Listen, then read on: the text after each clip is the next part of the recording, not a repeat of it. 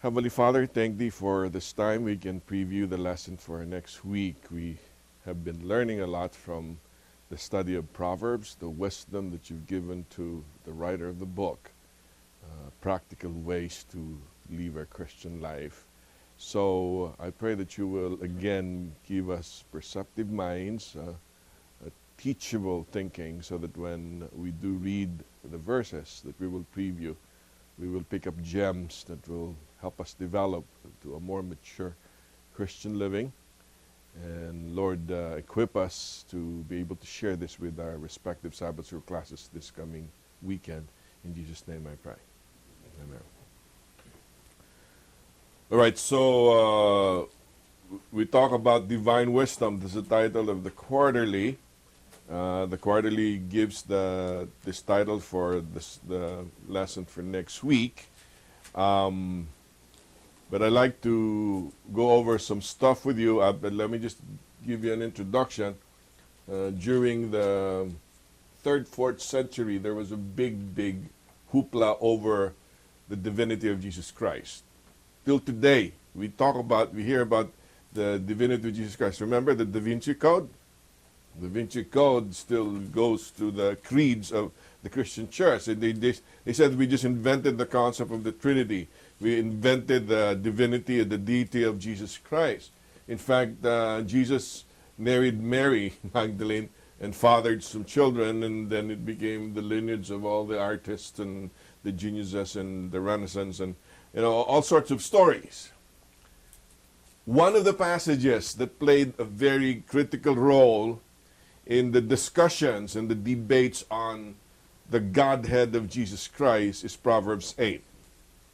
So in our study for this week, we will consider what Proverbs 8, particularly it starts with verse 22 to 31. Proverbs 8, 22 to 31 is the personification of wisdom, how wisdom was with God before creation, how wisdom became the instrument of creation, which is in parallel to what happens in John 1. In the beginning was the Word was with God, and in parallel to what we read in Colossians, the creative power of Jesus Christ. So people look at the New Testament and then went back to the Old Testament, and they saw it in Proverbs. And there's one word we will discuss in a little while. There's a passage in Proverbs 8 that says, wisdom was created. Another translation, wisdom was begotten. And we will talk about begotten and created, and there's a big debate on that. If wisdom is created, then Jesus was created. He cannot be God, right? Because God is not created.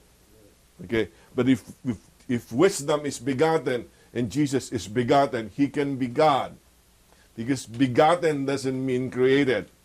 Okay, and we'll try to discuss that when we go to that part. But that's exactly what is involved mostly in this passage that we will preview this afternoon. Now, as we've started the quarter and giving a big picture of Proverbs, I'd like to be able to give you additional pointers. Then after looking at the additional pointers, I'll give you the big picture of Proverbs 1 to 9. We'll go back to the outline of Proverbs. Okay. There are 5 characteristics of Proverbs, and I will not go to the forms of Proverbs. Remember, we had contrast, we have intensification, we have numerics. I'll not go to that anymore because we covered that during the introduction. But I'd like to cover these 5 characteristics of Proverbs. The first characteristic of Proverbs is it is concise and memorable. Somebody read Proverbs 6:6. Go to the ant, you sluggard. Consider her ways and be wise. Right. That's very concise, right? Not a whole lot of words there. But can you remember that? You can, because there's a word picture. What's the word picture that Solomon uses here? Ant.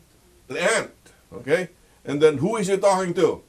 The guy who's lazy. Sluggard. You sluggard, you lazy bum, you go to the ant. Consider the ways of the ant and be wise. It's very, very concise. Not a whole lot of words. And yet you can memorize them. It becomes memorable. Next time you see a lazy bum, you think of the ant, right? And that's why a Proverbs is crafted that way, easily memorable, and you can bring to mind what you just read. Next is Proverbs 21 verse 2. Somebody can read that. Every way of a man is right in his own eyes, but the Lord weighs the hearts. All right, so a proverb is not only concise and memorable, a proverb is simple yet profound. And notice what Ernie just read. Ernie said, every man's way is right in his own eyes. We devise our own schemes, our own ways, our own designs. And what's the second part? But the Lord weighs the hearts. It's very simple. You can devise your plans, your own directions in life, but what does the proverb say? It is really the Lord who knows this. So very, very simple and yet very deep, very profound. It introduces the concept of God knowing everything. Okay, next is Proverbs 26:27. Whoever digs a pit will fall into it, and he who rolls a stone will have it rolled back on him. Okay, he said, do you see the word picture here? They say, whoever digs a pit, you fall into it. What else? Whoever rolls a stone, the stone rolls back at you. Okay, so it's very specific. It's general, because the entire burden of the proverb is basically saying whatever you sow, you will reap. Okay, that's what it's saying.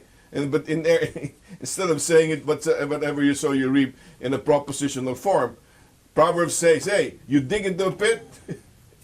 If you don't involve God in the equation, you fall into the pit. You roll a rock, you roll a stone. If you don't involve God and you are not wise in doing so, the stone and the rock will roll back at you. Can you imagine rolling a stone up the hill? you know, and you run out of juice, run out of gas, it rolls back at you. And that's why it's very beautiful. The proverb puts it in word pictures. You can remember it in this particular case, although it's specific. Yeah, I'm talking about the stone, I'm talking about the pit, and yet it's a general principle. Whatever you sow, you will reap. Okay? Next is Proverbs 4:1 and 4:17. Hear, my children, the instruction of a father, and give attention to no understanding.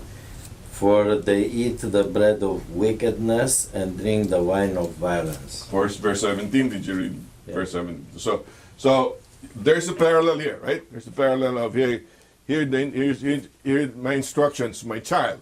Here the instruction to the father. There are so many. There are contrasts, there's comparisons, there's subordination, there's continuation, there's intensification. If you remember our introduction, I discussed most of those forms. But all of them are in poetic form. And normally when you're writing a poem, you implore contrast, comparisons, you know, and then it's funny. We have Mac attend our worship small group every Friday night. Mac's dad's name is Joycey. He's a man, but his name is Joycey. Remember, it's not Josie. Josie is the name of a girl. Joycey is the name of a man. Where you encounter the name Joycey? You encounter the name Joycey if you know the poem, The Tree. I think that I shall never see a poem as lovely as a tree. Joycey Kilmer wrote the poem. Okay? And look at that. It uses personification. Because the tree starts having life in the poem. And that poem takes license in doing personifications and figurative language to make it colorful for you to better appreciate what the truth is. Okay, now this is important. Proverbs 6:20 to 23. We studied it this morning. My son, keep your father's command, and do not forsake the law of your mother. Bind them continually upon your heart. Tie them around your neck. When you roam, they will lead you. When you sleep, they will keep you. And when you awake, they will speak to you, with you. For the commandment is a lamp, and the law a light. Reproof of instruction are the ways of life. I know you guys studied the lesson this morning.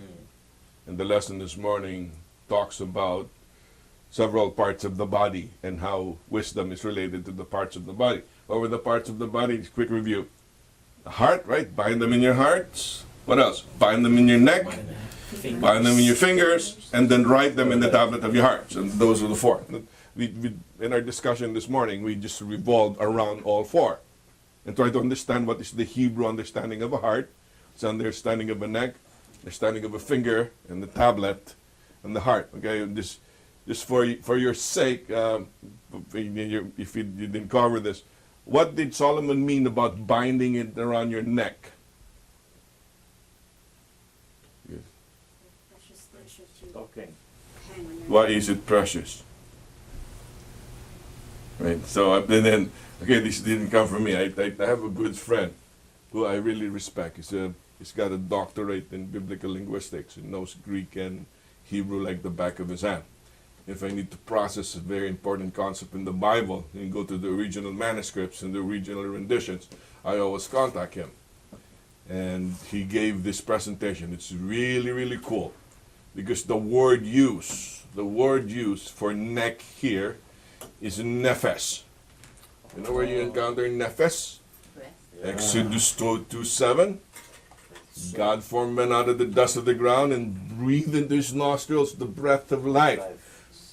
So he starts by saying the word that's used in Proverbs actually alludes to the throat, because the throat is in the neck, but really it becomes the windpipe. It's through it that we breathe. Remember, if you're not able to breathe through your nose, and you're an EMT, you're in emergency. If the guy's not able to breathe, what do you do in order to save the life of the person?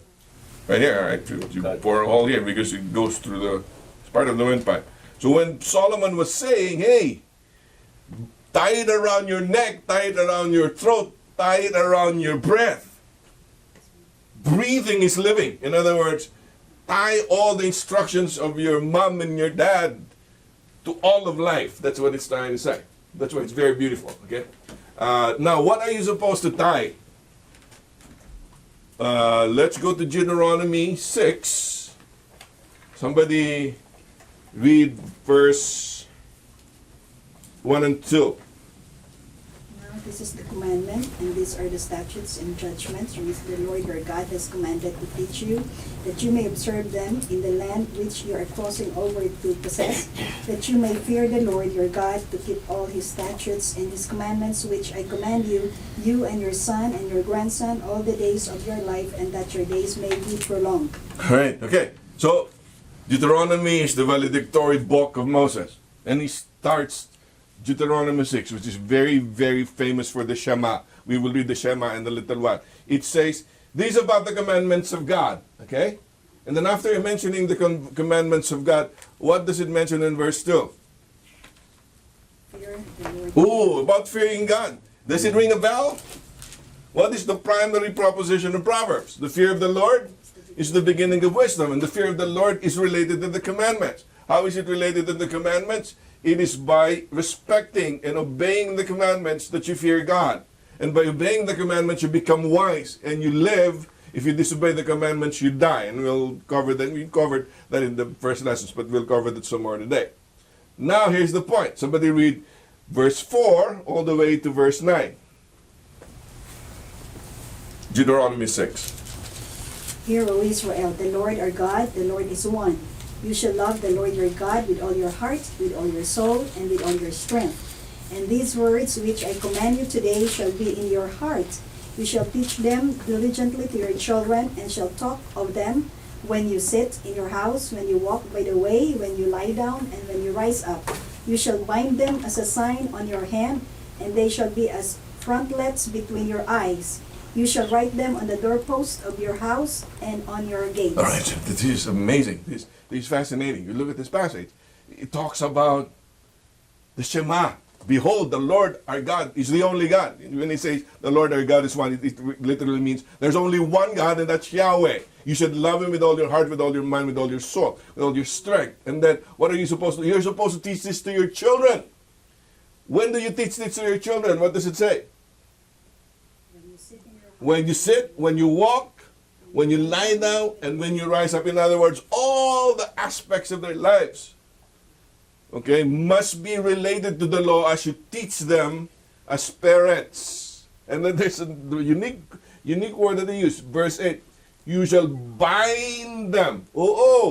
Now you go to the lesson this morning. What does it say? Bind them in your hearts, bind them in your neck, bind them in your fingers, and write them in the tablets of your heart.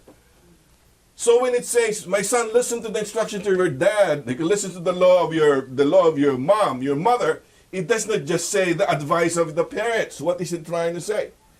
It's the commandments of God that's being taught by the parents to their children. That's the Hebrew thought in the context. Follow me very carefully. Therefore, as beautiful as Proverbs are, they are not given to you in isolation. It's not just a poetic quote from Socrates or Plato or any philosopher. It is a poetic quote that enunciates the revelation of God. Are you following? It's based on the scriptures itself. Solomon did not just throw all these poems, did not throw all these quotes and these witty sentences just to give you some good reading. Solomon did this to put some color into the revelation of God.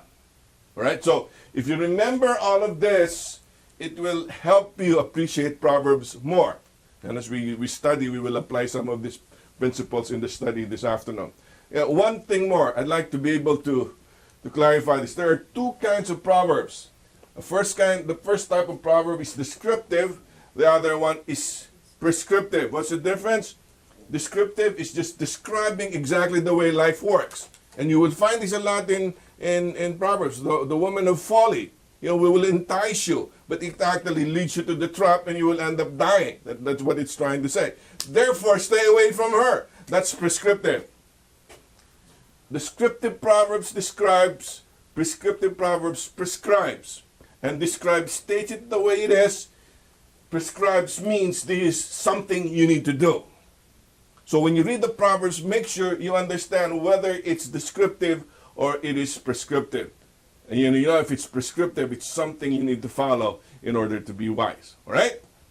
So now that that's the way, we'll look at the big picture. The first 9 chapters of Proverbs talks about 2 women. What are these 2 women?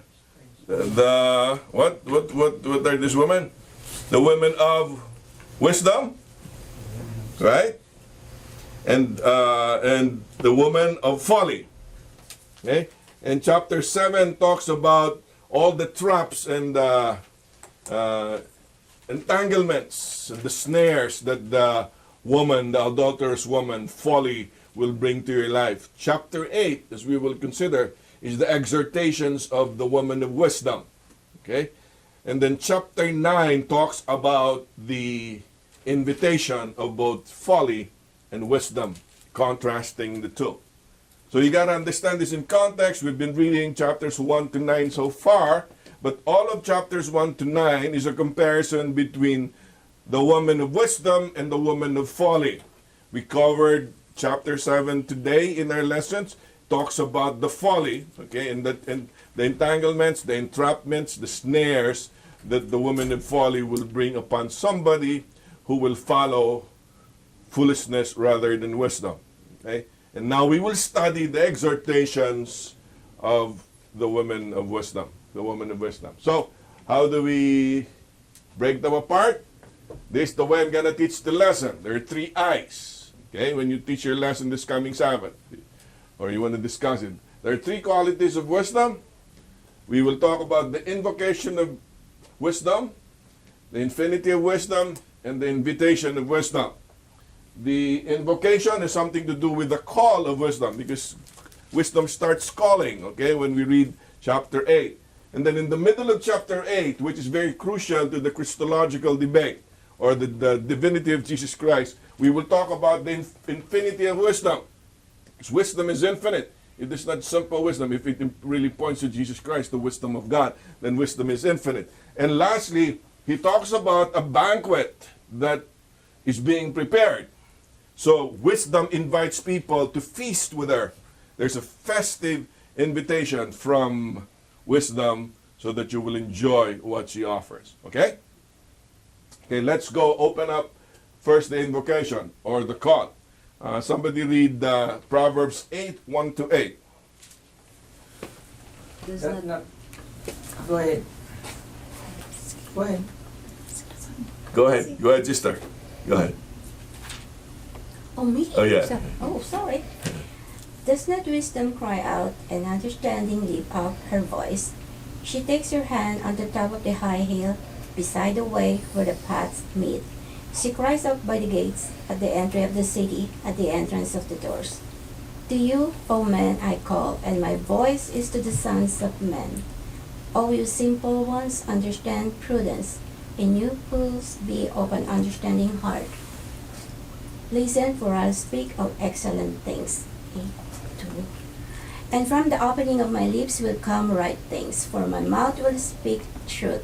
Wickedness is an abomination to my lips. All the words of my mouth are with righteousness, nothing crooked or perverse is in them. Mm-hmm. 9, all the way to verse They are 11. all plain to him who understands, and right to those who find knowledge. Receive my instruction and not silver, and knowledge rather than choice gold. For wisdom is better than rubies, and all the things one might desire cannot be compared with her. Okay, thank you. Well, that's a mouthful, but this is what it's saying. Wisdom is crying, shouting. Where? Up on a hill, where everybody can see her. There's a parable in the companion book. I've read this parable before. It was rendered in a different setting. There was an important news and an important message of warning to be given to the town folks in a particular village. So this one man goes to the highest point in the village and starts proclaiming the warning to all the citizens in the village. For the first proclamation, people were curious and they gathered around this guy and started listening. He kept on talking and proclaiming, and then after a while, the people started moving away. They stopped going until nobody else was left. Did he stop proclaiming? No, he continued proclaiming. And this is cool. Here's what it says. I will keep shouting my story, for before I told the story to change the world. Now that nobody's here to listen, I will tell the story so that the world does not change me. You get it? Wisdom is shouting here, and wisdom is saying, hey, if you listen to me, you will be better off. You will have a better life. Okay? I'll give you delight. I will give you happiness. And you will live. And it so happens in the story, a lot of people don't care anymore. But wisdom will not stop shouting. Oh, this is amazing. You know why it's amazing? Because does the Lord give up on us? The Lord never gives up on us. And we give up on the Lord so many times, but He never gives up on us. He will keep on hounding us. He will keep on dogging us until He takes us back. Okay, so that's the neat thing about the call of wisdom. So, but like our sister read, when wisdom calls you, she calls you towards what? The truth, right? She doesn't call you into falsehood. She will only call you to the truth. How is truth defined here? Which is opposite to wickedness, right? Because wickedness is abomination. It's righteousness. The truth is righteousness. It's not wickedness. Okay, so therefore, when wisdom calls you to the truth. What's the practical application here? Say, the truth will set you free, and telling the truth will always be right in the long run. Last night we're into the study of apologetics in our small group, and teaching these kids when they go to their high schools, when they go to their schools, to answer skeptics. And the study we had last night was about moral skepticism. And moral skepticism brings to the fore some issues like abortion, like the gay rights movement, okay, euthanasia, and all sorts of terrorism. So we did some role play, and the role play was this.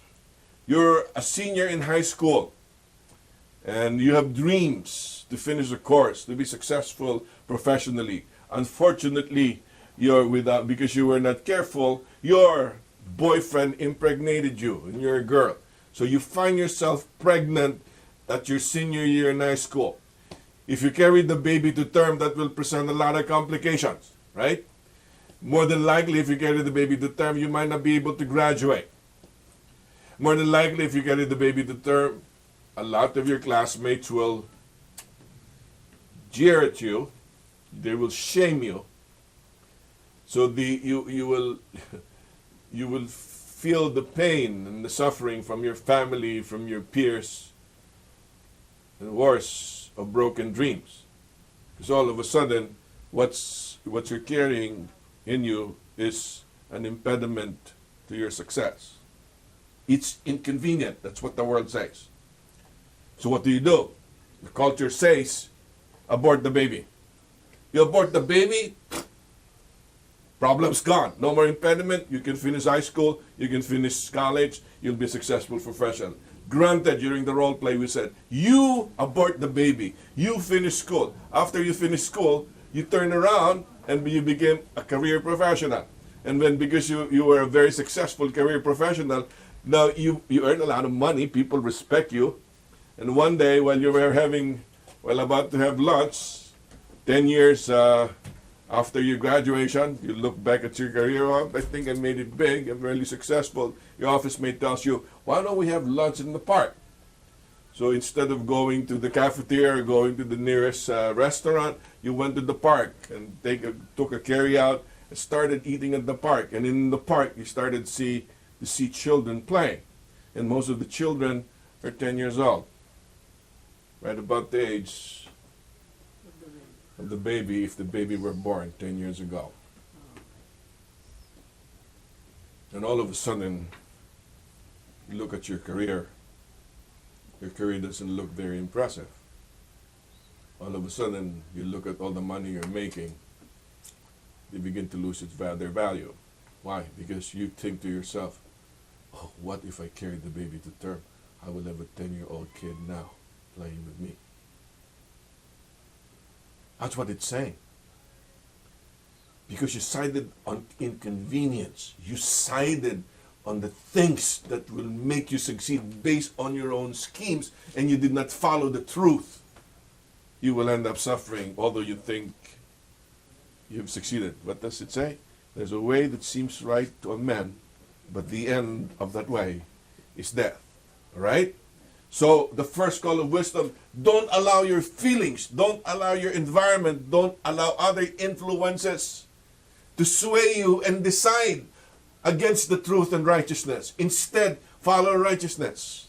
Follow the counsel of your Father. Follow the commandments of God, because if you do, you will live and you will have delight. Okay, and then we also read the second part, which is in verse 9. It says, what does it say in verse 9?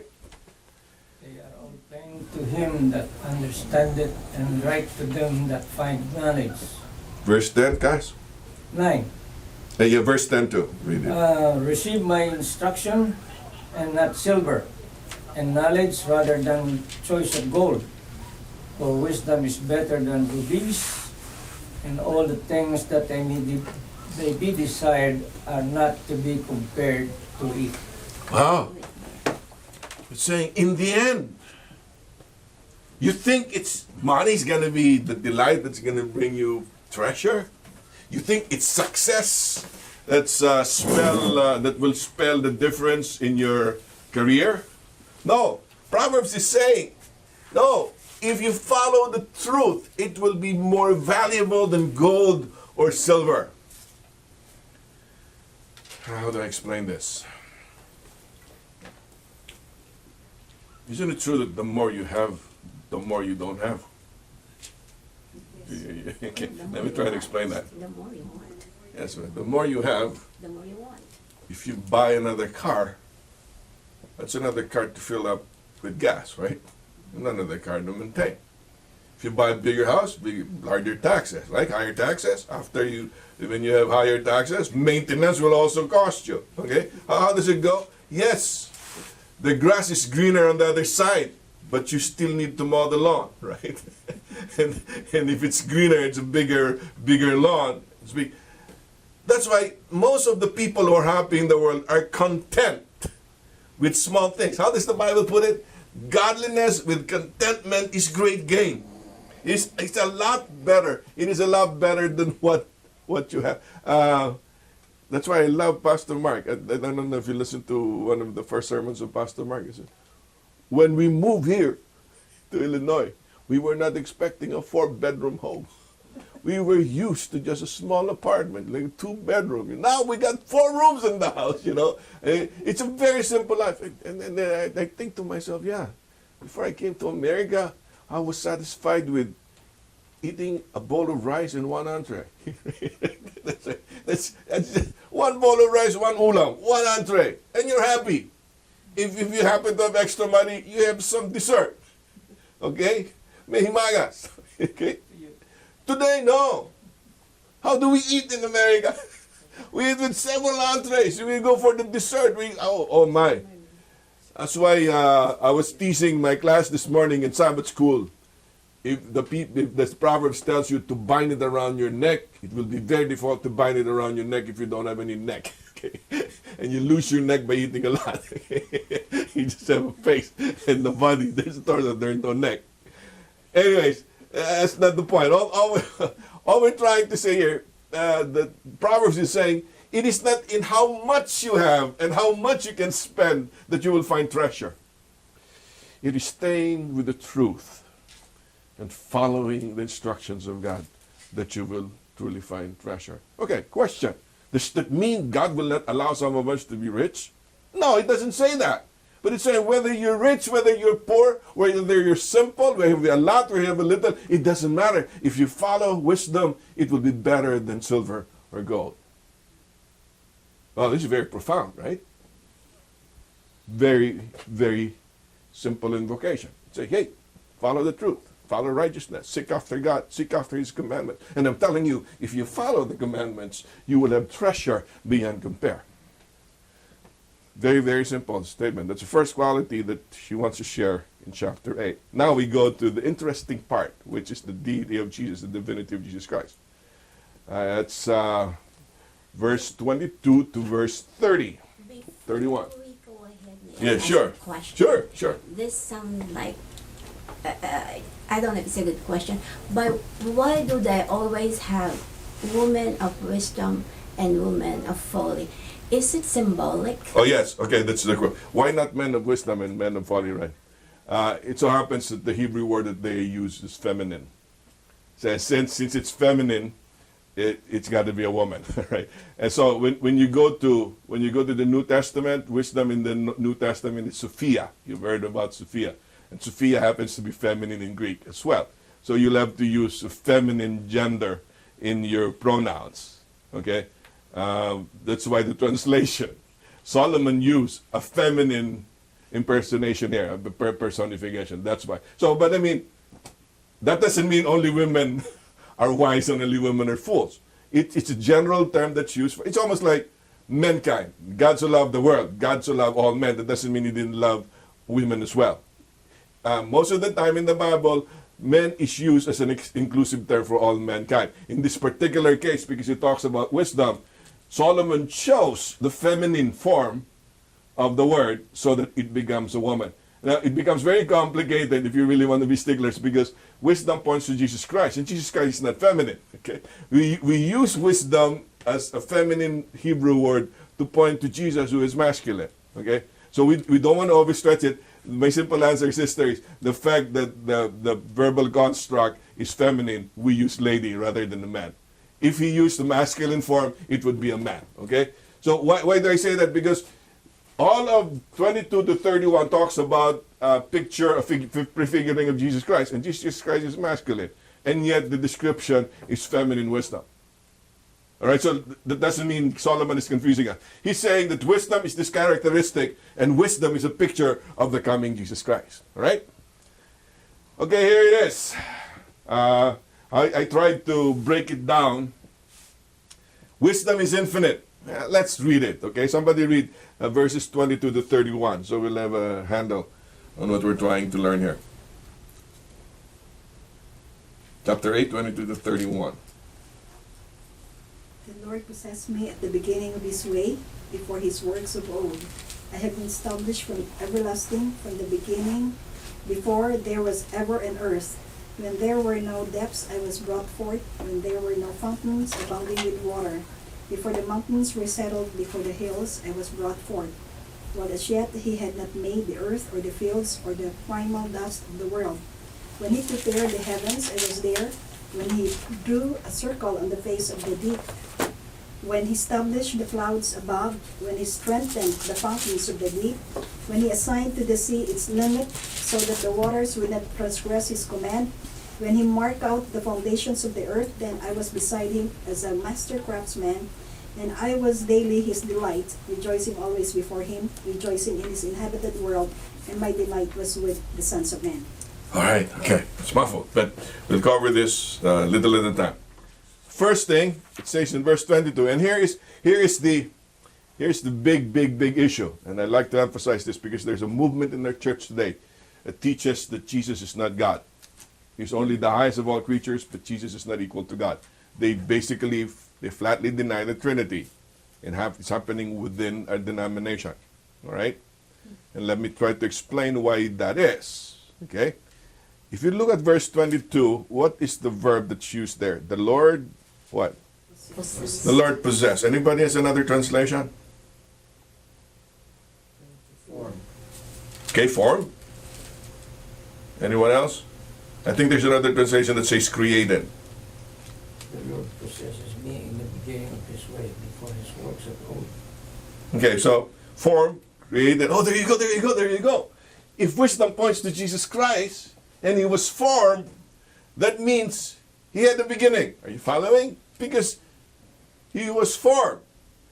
Before he was formed, he was not yet there. Therefore, because he was formed, he had a beginning. And because he had a beginning, he cannot be God. Okay, now, the real translation is not form or possess. The real translation is begotten. Okay? And here is the big issue in the church today. This is what they call eternal generation.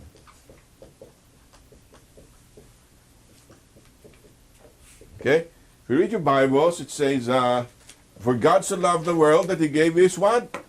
His only begotten Son, that whosoever believeth in him should not perish, but have everlasting life. Turn with me to John 1.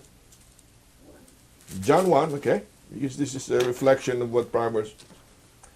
Read verse 18. It is one of the most explicit texts that tells you that Jesus is God. Somebody please read John 1:18. No one has seen God at any time. The only begotten Son, who is in the bosom of the Father, he has declared me. Okay, somebody else has another translation. Will be kind enough to read it for us. No man had seen God at any time. The only begotten Son, which is in the bosom of the Father, he hath declared him. All right. Anyone else who's got a translation? A different translation? Okay, let's cut to the chase. A better translation is this is the only begotten God. Ooh, did you get it? The only begotten God. How in the world can you say that God can be begotten? Are you following me? Okay, who came first? The Father or the Son? I'm not asking a trick question. It's a simple question. Okay, that's why the skeptical shadow is sometimes it makes sense. Both must come at the same time. You cannot be a father unless you have a son. And you cannot be a son unless you have a father. Okay, so logically speaking, the son cannot precede the father and the father cannot precede the son. You following? Okay. But that's not that's a hocus pocus in logic. That's not the Bible. The Bible is saying the only begotten Son is the only begotten God, which is the Word. Why is it called the begotten God? Remember, in Hebrew language, in Semitic language, there are no adjectives. Remember we talk about this? So how does Hebrew language describe you if you're beautiful? It doesn't say, the Hebrew doesn't say beautiful or pretty. Hebrew will say, you are a daughter of beauty. Are you following? Now, if you happen to be very brave, well, I'm going to go there, report on what's going on in the Middle East. I don't care if the ISIS are beheading people. I'll be a reporter. I'll go there. And then you say, man, that correspondent is really brave and very courageous. The Hebrew will not tell you that he's brave and courageous. The Hebrew will say, he is a son of bravery. He is a son of courage. Are you following? Yeah. Therefore, if you're a son of bravery, what are you? You're brave. Follow me carefully. This is Hebrew semantic. If you're the Son of God, what are you? You're God. Are you following? Yes. The only begotten, the Son of God, is the only begotten God. Because in Hebrew language, when you say Son of God, he's basically telling that you're God. How do they prove it? Jesus declared that he was Son of God one day, and the Jews started to stone him. They wanted to kill him. Did Jesus, no, you misunderstand me. When I say Son of God, it's not really God, okay? So don't stone me. Jesus did not say that. He did not take back his word. And people tried to kill him because he claimed that he was God. How did he claim that he was God? He did not say, I am God. He said, I am the Son of God. Why is he God when he says the Son of God? Because that's the Hebrew language. When you say Son of God, you are God. Okay, now what about eternal generation? If it's begotten, if Jesus is begotten, that didn't the one who begot come first before the begotten? I know this becomes really heavy, but this is part of the struggle of the church. And I'm so glad a lot of the early fathers already struggled with it so we can benefit with the conclusions that they have. Okay, when we talk about eternal generation, he was generating. Here now is the issue. There is a Platonic view of eternal generation, and there's a Jewish view of eternal generation. Here's the problem with Platonic view. Remember, Plato started what we call dualism. What is dualism? The separation of body and spirit. That's why when you die, body and soul are separate, your soul escapes you. When you look at Jewish anthropology, it's not a dualistic, it is a holistic, okay? So this is dualistic. In terms of man, this is holistic. Okay, in terms of time, let me do some color coding here so you will appreciate. In terms of time,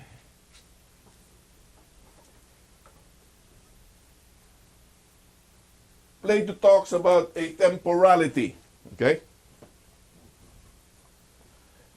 The Jews talks about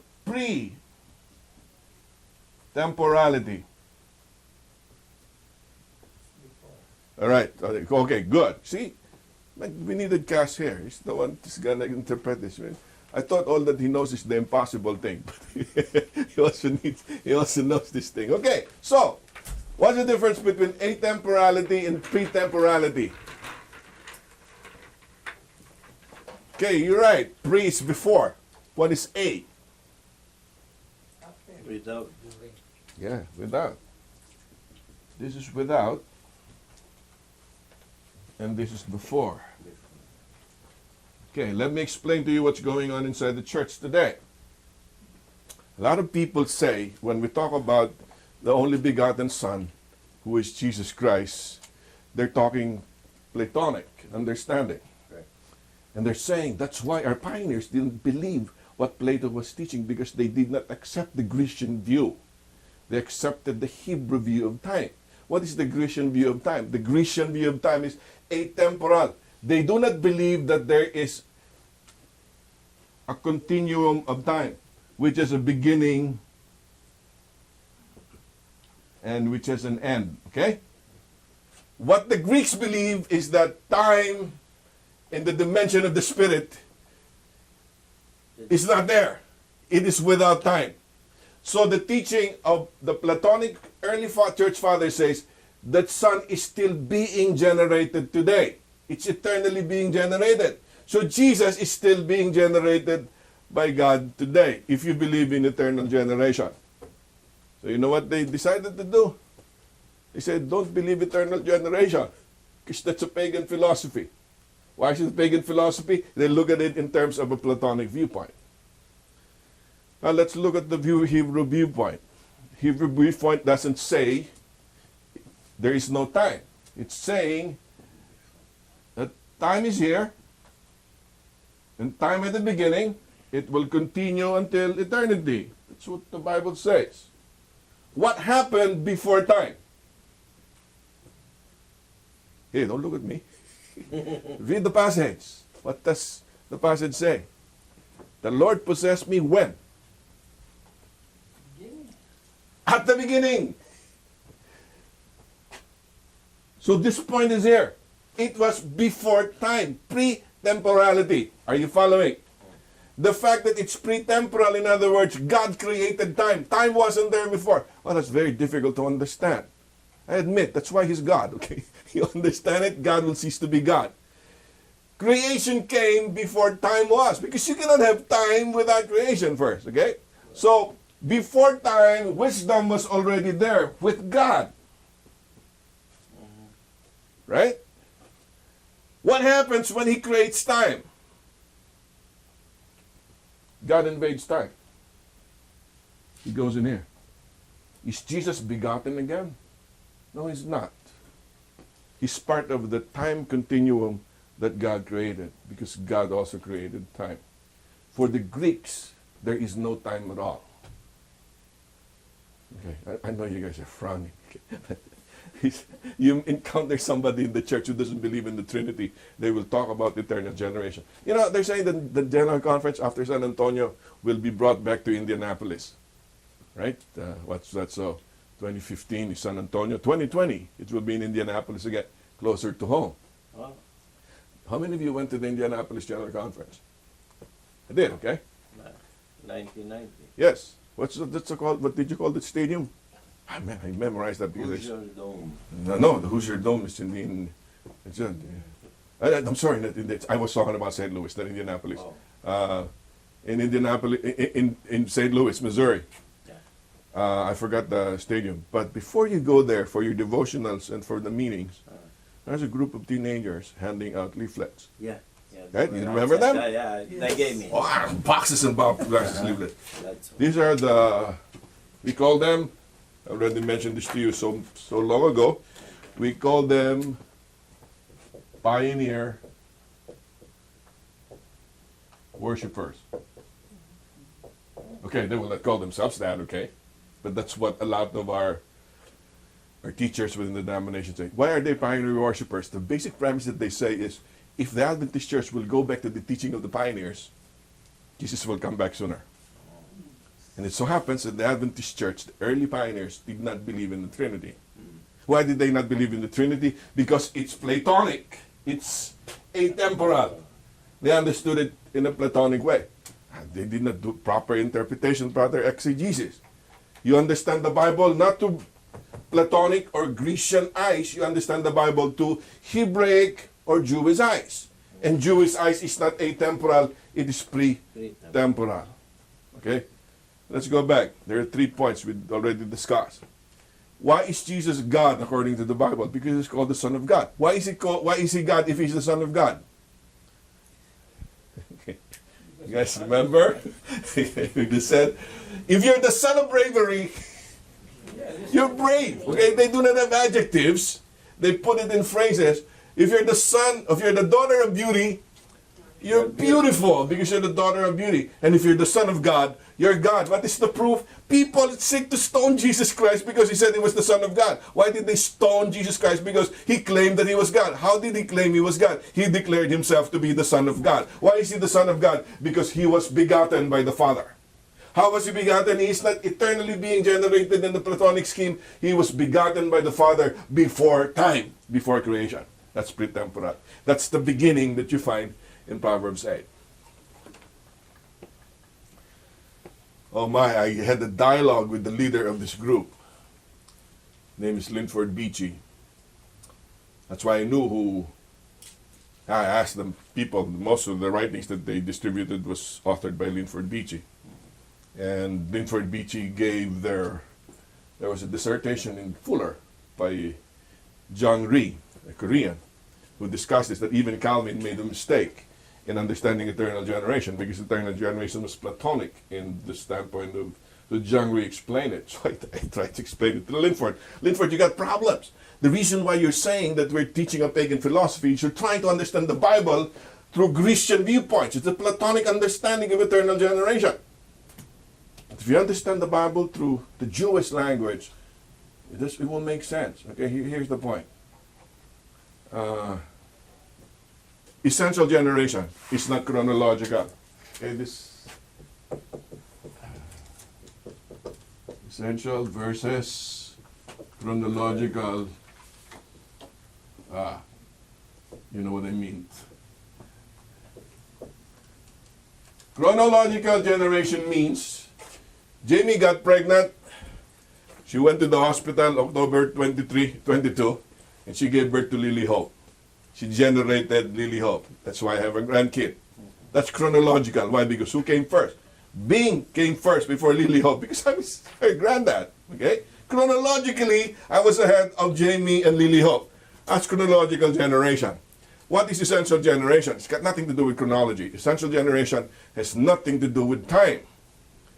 Example, we sing the song, from the mountains to the valleys. Okay? Well, help me out here. From the mountains to the valleys. To the white with foam, to the oceans, white with foam. God bless America. Okay? My home, sweet home. So it's like there's the mountains of Colorado. There's the plains of the Midwest. Okay? Right? Does that mean that the plains came before the mountains? Same time. Yeah. What the song is saying, whether it's mountains, whether it's valleys, whether it's plains, it's essentially America. So I can say from Chicago to California, in terms of pastor, it's from California to Chicago. It does not chronologically follow in sequence. It is an essential. Okay, why? What's the difference between California and Chicago? We always tell pastor this. California is boring. They only have one climate throughout the whole year. Look at us. We were enjoying the deep cold in a week. Now we're warm. Okay, we got 4 seasons here. Okay, so there's a difference. That doesn't mean California came before Chicago. Okay, we're talking in terms of the essence of America.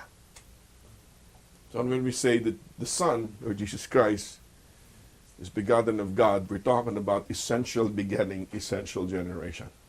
It's nothing to do with chronology. You know why? Because the generation happened before time. How can it have time if that time wasn't there yet? It is pretemporal. Okay, I know it's as clear as mud now, but somebody talks to you about that. The only problem is they look at all this platonically. I tried to explain this to these guys.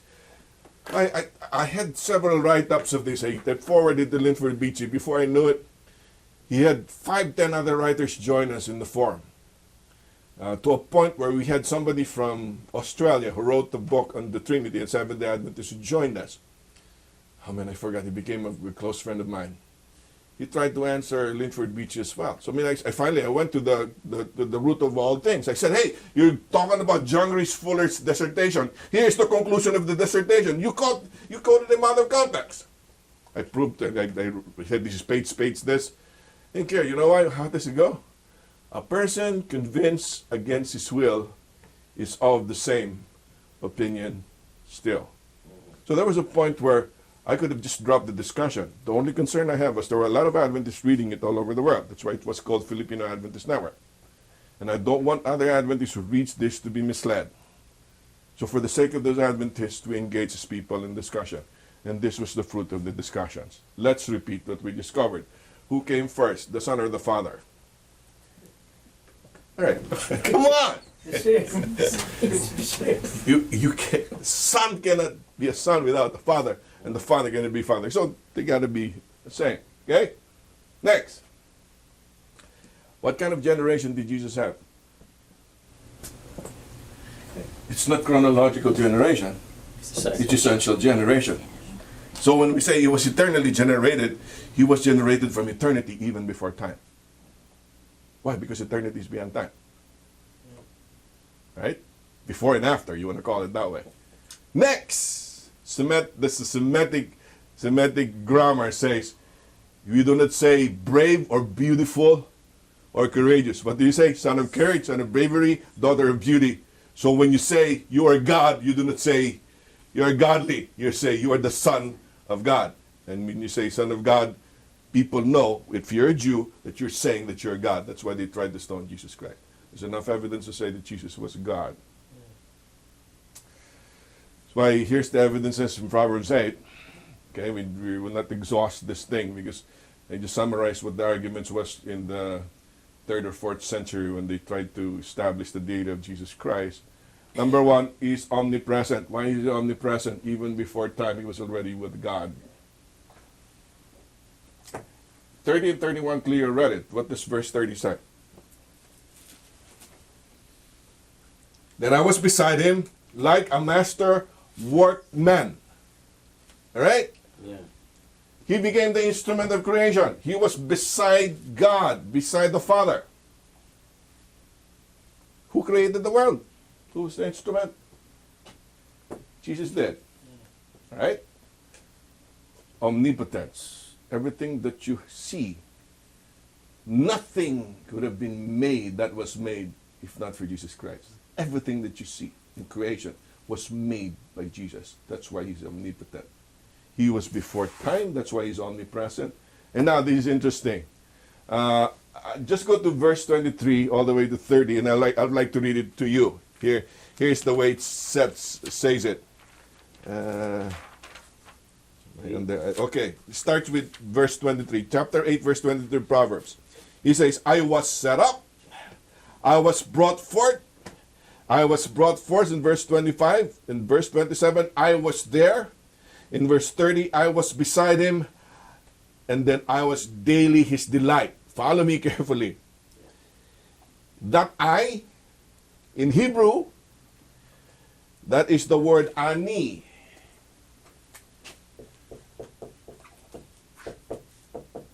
That's the same expression that came from the burning bush. Moses asked God, speaking the burning bush, say, who do I say? Tell the people who sent me. When the people ask you, what did Yahweh say? Tell them, I am sent you. Why doesn't God call himself, I was, or I will be? He uses the eternal now.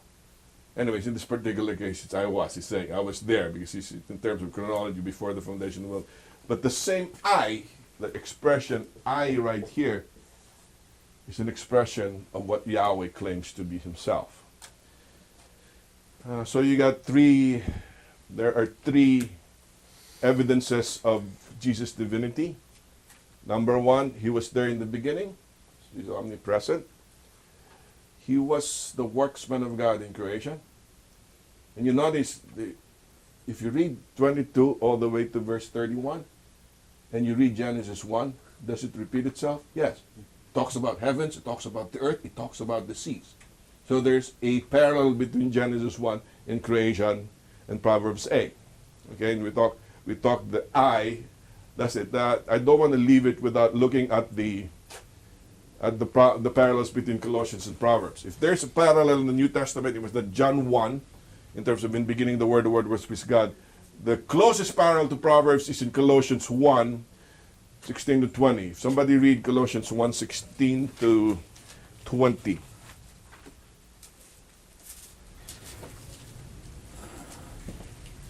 For by him all things were created that are in heaven and that are on earth. Okay, go Visible ahead. and invisible, whether thrones or dominions or principalities or powers, all things were created with him and for him. And he is before all things, and in him all things consist.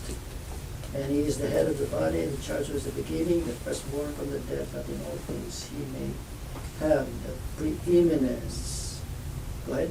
Go For ahead. it pleased the Father that in him all the fullness should dwell, and by him to reconcile all things to himself, by him, whether things on earth or in things on heaven, having made peace through the blood of his cross. Okay, if you download the handouts, if you took a picture of this on the board, take time to read these parallels.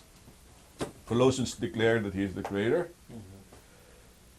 It mentions thrones, mentions kings in Proverbs. He's before all things. There's the delight and pleasure of God in him. And he's an architect. He's a worksman. Okay? So Paul, in essence, repeats what Solomon says in Proverbs 8. There's something I always, whenever I preach a sermon, I always tell you there are two prepositions in Colossians 1:15 to 20 about Jesus Christ. What happened? All things were made through him. There's another preposition. And what? For him. Through means he's the instrumentality of creation. For means he's the purpose of creation. That's why we come to the concept of worship. The reason why we were created was to worship God. Because all of creation was made for Jesus Christ, for his glory, so that we can worship him. But who made creation?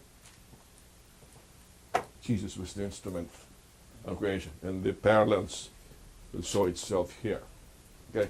Something very, very interesting, and I don't want you to miss this. So a lot of Old Testament teachers and scholars are saying, hey, if it is a reflection of Genesis 1 and 2, that is found in Proverbs 8:22 to 31, why isn't the Sabbath mentioned there? Right? It mentions the heaven, the earth, the beginning, and the seas, and the land. It's covered there. How come the Sabbath is not mentioned? Oh, it is, says the companion book. Where is it mentioned? Somebody read verse 30 and 31 again. 8. 8, 30 and 31. Then I was beside him as a master craftsman, and I was daily his delight, rejoicing always before him, rejoicing in his inhabited world, and my delight was with the sons of man. Okay, follow. Verse 30.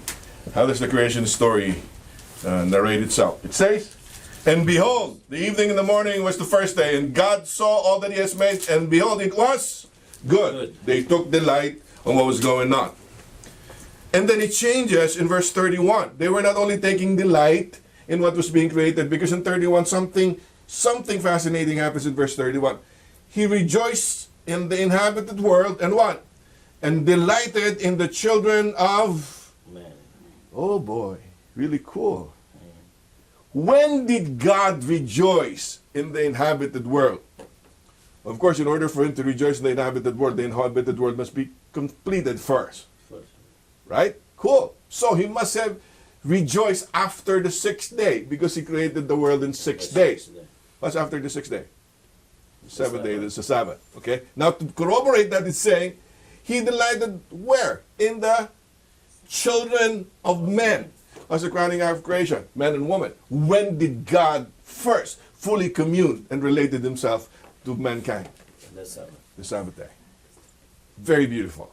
And if you look at the parallels here, beginning heavens and earths, and then the inhabitants, and then you see the delight. That's why, very, very important lesson. The Sabbath must be a delight to you. If the Sabbath is a burden, you don't know what the Sabbath is.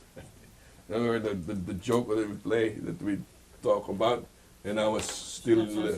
yeah, that's what I do when I was still young. We played that sungkit game, if the stick, Friday afternoon, when the sun is about to set, you know what I do? I push the sun up. Because I don't want it to be sunset, it gives me a miserable day. Sabbath afternoon, I push the sun down so that I can start having a wild night Saturday night. That's, if you look at the Sabbath that way, you don't understand the delight of God. That's always like that. I'm so glad a lot of my friends, when I read their comments on Facebook, particularly in the Philippines, when it comes, oh, thank God for the Sabbath. Thank God for the Sabbath. I can spend time with Him. I can find delight and pleasure. All right. God bless you, brother. You know, you just he that confesses his sins shall be forgiven.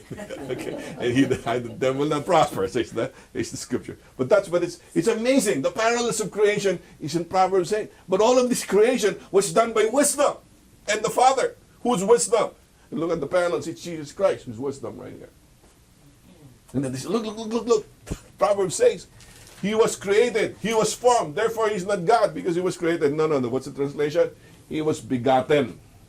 And we talk about the eternal generation, not from a Platonic viewpoint, but from Jewish spectacles. We will understand that Jesus is really God, the Son of God, the Creator, and the Redeemer. Believe in Jesus Christ. That's what. Oh yeah, that's why we got to go and tell them. Right? Yeah, how can they believe if nobody said? And how can they be proclaimed if nobody's here? Right, so I'm glad, in our Friday night group, it's amazing. These kids, they're only in high school. They're beginning to share with their classmates.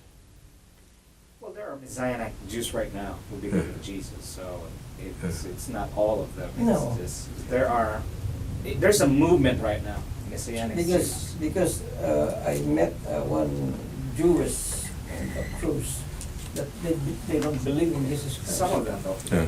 They believe only he is a prophet or. Yeah. So are they Jews for Jesus? Remember, So Peter was a Jews Jew. or- Messianic Jews. Well, I mean, not that we concentrate on ethnicity here. In fact, if I want to thicken the plot, I told this to my class this morning. How many of you, Question is, well, before we go there, Cass, how many of you read the story about Duke University? Right, I told you about that. I mean, that was in my class this morning. There was a movement in the board of directors of Duke University to blast the Muslim call to prayer every Friday morning through the PA system of the university when the bells ring. Allah Akbar. There's only one God. His God is Allah. And His one servant, His one prophet, it's Muhammad. So Franklin Graham goes in there and says, you realize that this university was established through the generous donations of Methodists. Methodists donated for Duke University to start. Duke University is one of the Ivy League schools we have. And he hinted that those alumni should stop giving to the university if they compromise the Christian heritage of the university and replace it with another God, which is really true. Because all the people claim that Allah is the same as Yahweh. It's not true. The Muslims believe in Isha and believes in Jesus, but their Jesus did not die on the cross. Neither did He rise from the dead. That's why their Jesus cannot save you. Salvation is not found in Isha and Jesus. It's only found in Allah. And really, to be found in Allah, you must be Islam. You must be an advocate of Islam. And if you're not Islamic, what's supposed to happen to you? And that's what Franklin Graham says. I mean, the same group who shouts Allah Akbar beheads people today. They rape children and they drag. And you're going to sound this every Friday morning just because you got 700 Muslim students in Duke University? It's a disrespect to the heritage, the Christian heritage of this university. And they reversed the decision. Talk about the Jews who do not believe in Jesus. What about the Muslim population, which is almost as many as the Christian population? The whole issue is who does not believe or believe in Jesus Christ. The whole issue is, will you believe in Jesus Christ? That's the call of wisdom. Right? In fact, we will slide into that over the last part when there's an invitation to the banquet. Okay? But all I'm trying to say right now is Jesus is right here in the dead center of the passage. Because Jesus is right here in the dead center of the passage, it even talks about the Sabbath and God delighting in men. Did you know what's amazing here? Another commentator says, it does not only speak about the Sabbath, it's also speaking about God delighting in men by God becoming man Himself. Are you following? It prefigures the incarnation of God in the person of Jesus. Because how else can He delight in men unless He relates to men? And the best way He related to men was to become man Himself so He can relate to men. That's why when you read John 1, you realize that the Word became flesh and dwelt among us and tabernacled among us. That's a very, very beautiful passage and very Christ-centered when you present this for the weekend. Okay, so let's address Kashana's question. It's just in my stupid mind, what I cannot understand is this Bible scholars cannot see the Sabbath. But some of them do. But they don't. Some of them do. Michael Card is not an Adventist. If you search the web, there are 200 non-Adventist organizations who respect and keep the Sabbath. But what I'm trying to say is this: all Protestants people, they don't they see the Sabbath. I don't have the folder here. When Dr. Bakiowick was still alive, Dr. Bakiowick was here 4 times, 4 weekends. Remember if you were here? Yep. And I still have the folder that Dr. Bakiowick gave me. These are correspondence to a church. There was an entire Baptist church who started keeping the Sabbath from Sunday, Sabbath, when they studied the Bible honestly. And that's my answer to you. The reason why people do not see the truth is that they do not have intellectual honesty and integrity in reading the scriptures. If they're willing to be touched and moved by the Spirit will lead them into the truth. It's not only the Sabbath. What was the big one? Remember, I spent a whole lot of time with you talking about the secret rapture. That's a bigger deception than the Sabbath today. Right. But and yet the secret rapture has no biblical basis at all. We talked about that. But the Jesuits are so smart, and I don't want to go there, okay? Invaded academia, and everybody thinks that the only way to understand the last days today is through the secret rapture. You got Moody Bible Institute, you got Dallas Theological Seminary, you got Biola University, okay? Biola Bible Institute of Los Angeles. They talk about dispensationalism. They talk about the secret rapture. It's not in the Bible. But they teach it. Rodelnik was talking this morning. Well, yeah. Well, he swallowed his words one day because I thought there was an Adventist.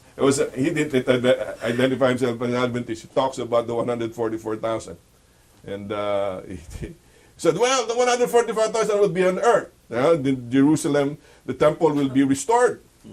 And then she reads from Revelation 7. Well, the 144,000 is before God's throne. Are you telling me God's throne is in Jerusalem? I was on my way to church. Yeah. And I listened. He fumbled. He didn't answer the question.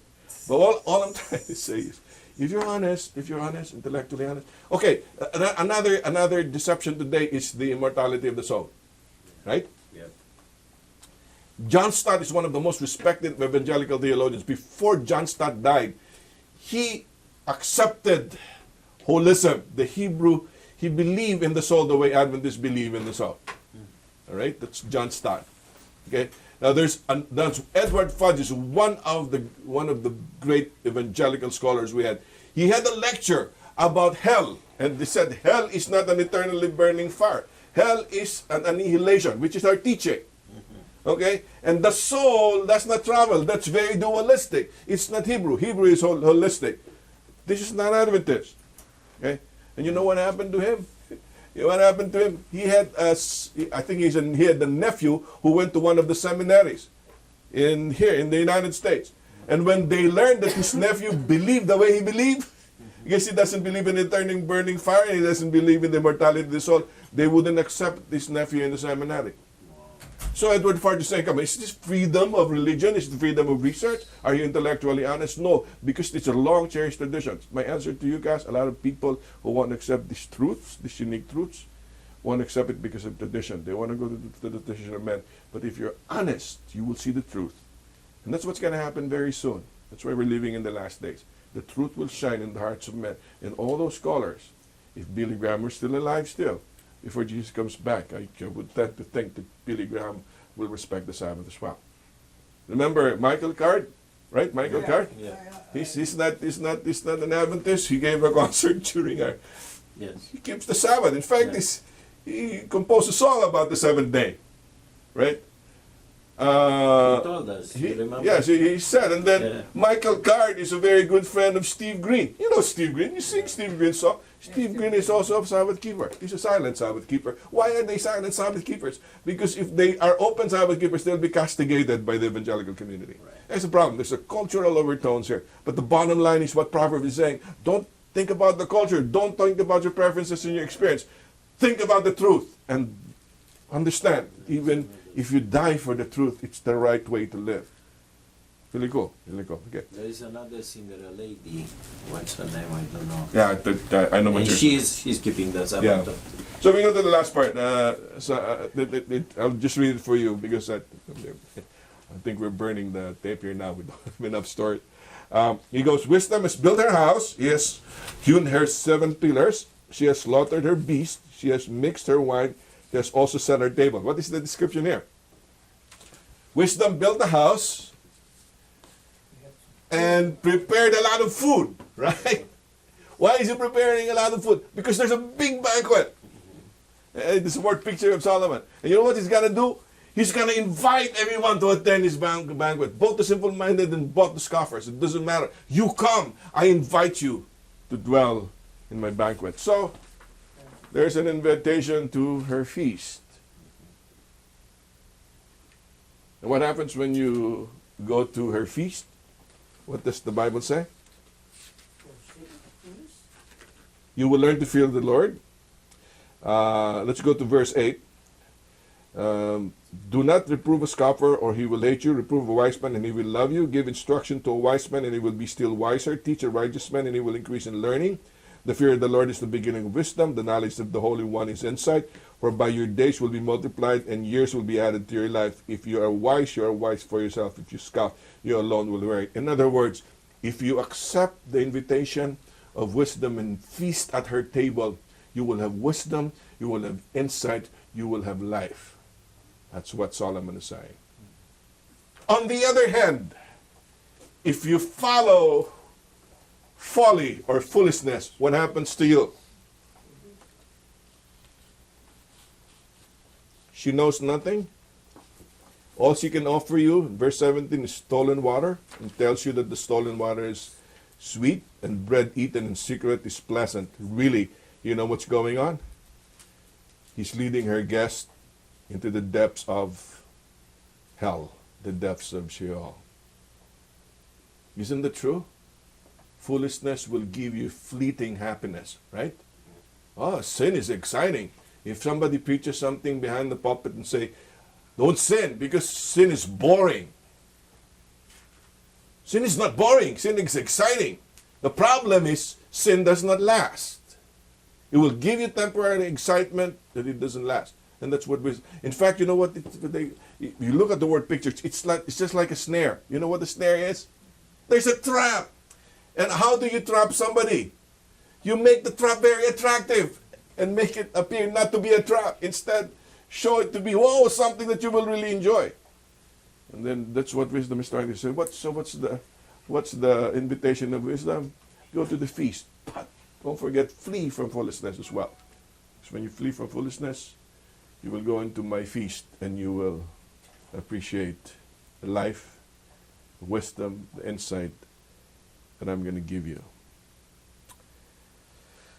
So how do we end this? It's a mouthful, man. It's 3 o'clock.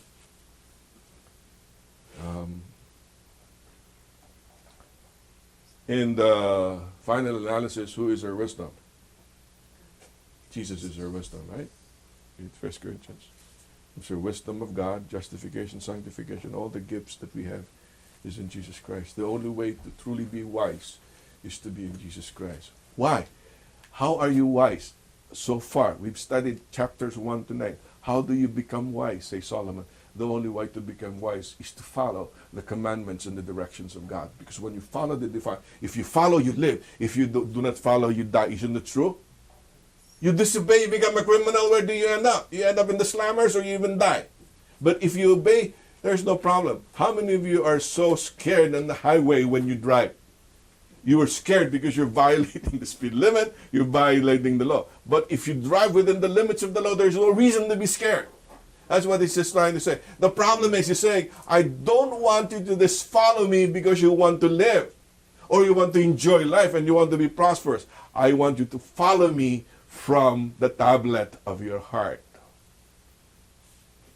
In other words, true wisdom is obeying God's commandment, not in order to gain something from God, but obeying the commandments of God because you have learned to love wisdom or love Jesus Christ. Let's go back to what Jesus said in John 14:15. What does it say? If you love me, keep my commandments. Unfortunately, how do you learn to love Jesus?